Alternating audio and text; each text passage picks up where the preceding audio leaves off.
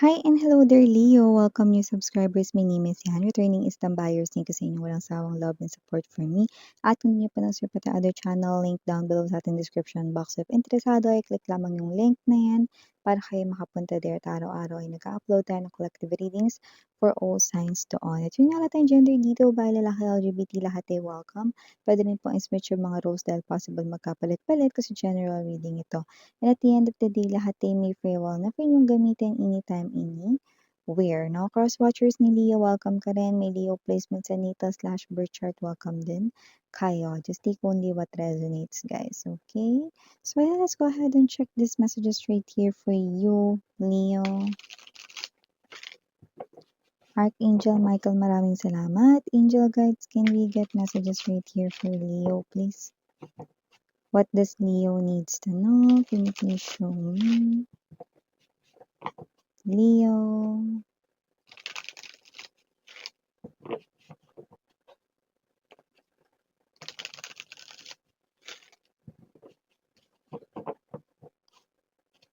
Okay, so let's go ahead and check this mga mensahe para sa'yo, Leo. So guys, you do have here the energy of Three of Air, Ten of Air, Nine of Earth,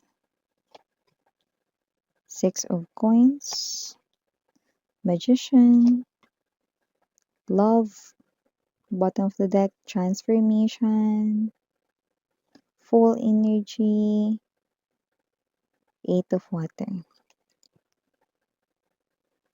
Ang utang sa iyong kapatawaran ng isang tao dito, no, ay finally, yan, no, nakita ko rito na parang naningil ka na, no. So, nakita ko rito marami siyang pinagdaanan kaya hihingi na ng tawad itong tao na 'to sa'yo at sa lahat ng iba pa niya ritong nasaktan, nasagasaan, no. At yun nga, no, naapektuhan ng kanyang mga past decisions or mga actions rito way back then, no. So, kung sino man 'tong may utang na sorry or may utang rito na paghingi ng kapatawaran sa'yo, here na siya.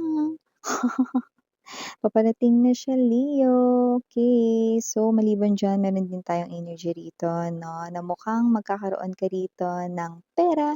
Money is coming sa'yo, no, dahil sa ah, pagtataksil ng person mo, no. Okay. Nakakuha tayo dito na may malilikom kang pera dahil rito sa kataksilan ng iyong ex-person, no. Maaring ito ay makuha mo sa iba't ibang paraan, no. Galing yan kay universe na padadaanin niya yan, no, sa kahit na anong paraan rito.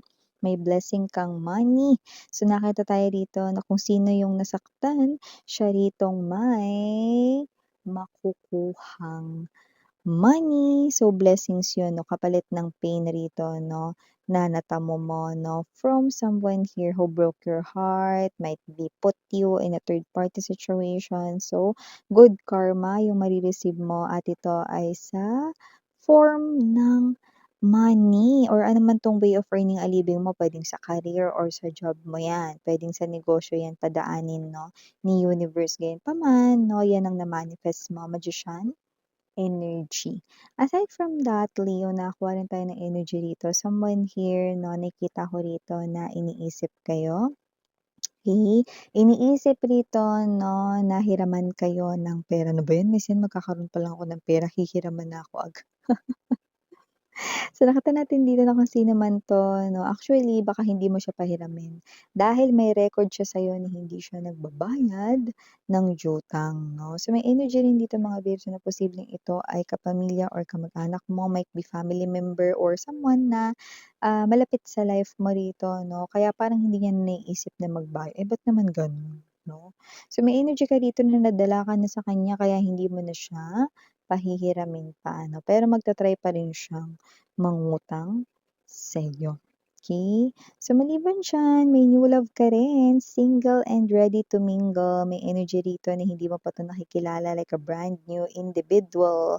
Kaya naman kung sino man ito, Leo, with the 9 of might be this person's your birth date 9 or ikaw yung may birth date nun or maaaring ito yung maging special number ninyo, anniversary, secondary, monthsary. 9 of Earth energy, this person here is someone who's strong and independent, no?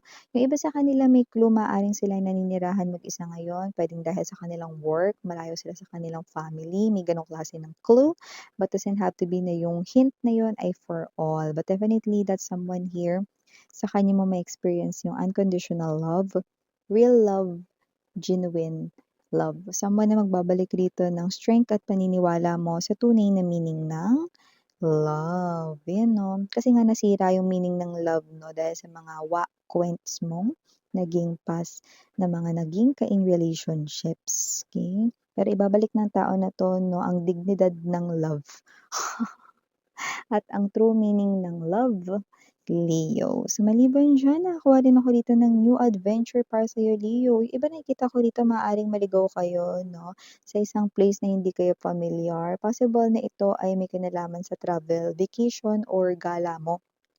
Kunyari, pupunta ka sa ibang bansa or kahit hindi sa ibang bansa 'no, maaaring pupunta ka sa isang lugar na gusto mong puntahan.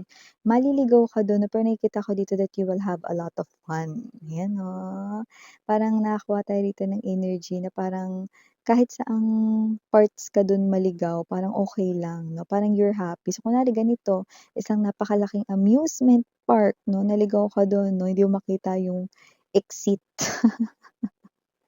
Or saan ka ba unang nanggaling 'no, may mga gano'ng klase ng energy 'no. So, may gano'ng klase ng feeling 'no, new adventure ito for you guys 'no. Nakikita ko dito na magiging happy ka, hindi kayong stress na, "Saan na ba yung daan dito? Naku, naliligaw na." Hindi yung gano'n 'no. So, may energy ng gano'n 'no. Might be mangyayari in one of your travels, 'yan 'no, na gagawin 'no, biyahe. So, maliban diyan may mga pagbabago rin ako nakikita rito sa mga pag-uugali mo 'no, na posibleng hindi mo namamalayan na nabago mo na pala, okey? May mga tao rito magsasabi na, "Oh, hindi ka na yung ano, dating ano, grabe, pati dun nagbago ka na rin." 'Yan 'no. Pero kung ano man yun 'no, maganda or positive itong pagbabago na ito 'no. Kunyari dati 'no, medyo, may temper ka, moody ka 'no, ngayon hindi na masyado. So, may mga makakapansin nito 'no. Compliments ang nakikita natin dito 'no, na babanggitin nila or masasabi nila sa'yo, Leo 'no. Or kunyari dati 'no, puwedeng ikaw 'to na yung iba possible na kada magsasabi ka meron kang sinasabi pa 'no na next 'no, pero natanggal mo na 'yun 'no, which is gusto mo rin sanang tanggalin 'yun pero tignan mo hindi mo na 'yun nasasabi, mga gano'ng klase ng energy. Parang kunwari may expression ka 'no na parang gusto mong tanggalin, eh, dahil nakasanayan mo na ngang sabihin, eh, possible na hindi mo matanggal-tanggal 'no, pero nakita ko rito na nagagawa mo na. Iba naman puwedeng yung mga bisyo mo ito na nako-correct mo na 'no, like let's say gusto mong kontrolin yung pagiging heavy smoker mo or cigarette, smoking mo, chain smoker 'no. So, maaaring gano'n din, "Uy, hindi ka na masyadong naninigarilyo ngayon, Uy, good for you kasi para rin sa health mo 'yan." 'Yan 'no, may mga gano'n kayong mare-receive na compliments. So maliban diyan may energy rin dito 'no, na marami sa inyo yung naghi-heal na, okey? Sa kung ano man 'tong trauma or tragic na experience ninyo sa inyong life way back then, okey? So kung ano man itong experience niyo na ito, nakita ko rito 'no, na healing na kayo diyan. Yung iba ang tagal niyo talaga 'to natambay talaga kayo rito 'no. Like ang daming taon, yung iba dekada, pero move on na kayo, yung lumalabas dito.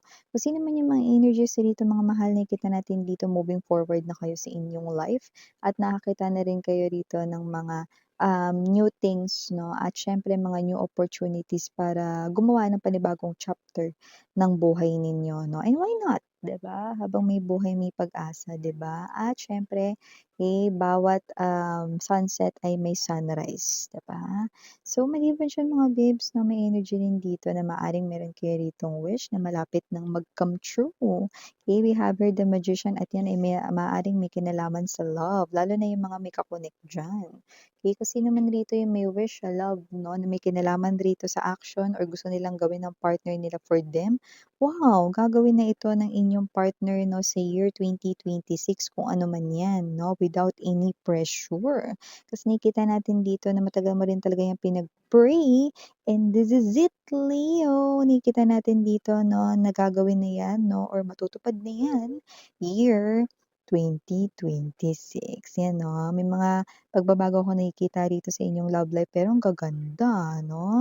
Mga exciting rito na mga pagdadaanan ninyo together 'no, ng magkahawak. kamay. So, maliban diyan Leo, nakakuha rin ako ng energy na may mga maraming magreregalo sa'yo ngayong Pasko, kumpara sa mga nagregalo sa inyo last year.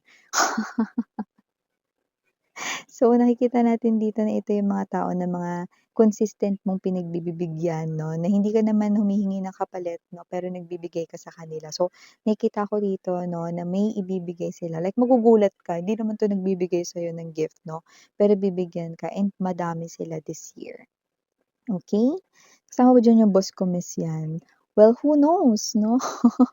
Kasi with the earth energy 'no, possible related ito sa iyong trabaho, baka mga katrabaho or boss mo ito 'no, 'yan 'no, or basta kung sino 'tong nabigyan niyo daw. Six of Earth 'no, this is reciprocity, equal give and take, okey? So maliban diyan, last but not the least message para kay Leo, nakakuha ko rito ng energy ng sad or maaaring maging malungkot ang Pasko ngayong 2025.